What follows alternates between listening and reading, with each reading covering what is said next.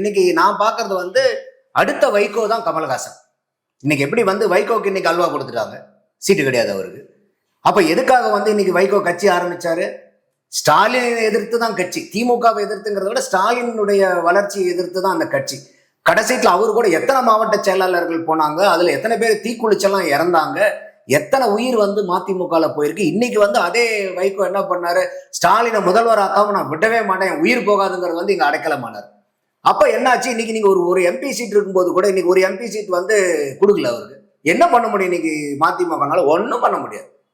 இது திமுக அவங்களுக்கு நடத்தின பாடம். அந்த கூட்டணி கட்சிகளுக்கு எல்லாமே பாடம் இது.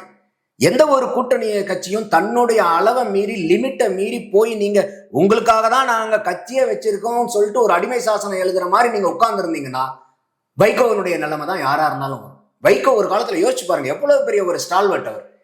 எத்தனை மக்கள் போராட்டத்துக்கு இருந்திருக்காரு, குறுக்கும் நடுக்கும் தமிழ்நாட்டை எத்தனை தடவை நடந்திருக்காரு, மக்கள் போராட்டம் எத்தனை ஃபேஸ் பண்ணியிருக்காரு. அப்பேற்பட்ட ஒரு அரசியல் தலைவர் நீங்க போய் எடுத்த ஒரு தவறுதலான முடிவுனால யாரை எதிர்த்தீங்களோ அவங்கள முதல்வர் ஆக்காம என் உயிர் போகாதுன்னு நீங்க எவ்வளவு விமர்சனங்கள் அதுக்கு முன்னாடி போய் இன்னைக்கு அவ்வளவுதான். இப்ப இன்னைக்கு கட்சியே அவங்களுக்கு வேண்டியதில்லை. உண்மையாலுமே என்ன சொல்ல போனா திமுக கூட கரைச்சு விட்டு போயிடலாம்.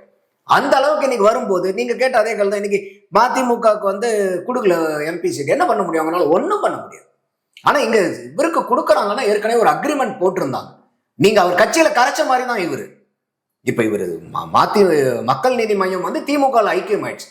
அதனாலதான் பாத்தீங்கன்னாக்கா இன்னைக்கு கமல்ஹாசன் அவர் மேல நமக்கு ஒரு நடிகனா எவ்வளவு பெரிய அபிமானம் இருக்கோ, அரசியல்வாதியா அவ்வளவுக்கு அவ்வளவு அவநம்பிக்கை தான் இருக்கு.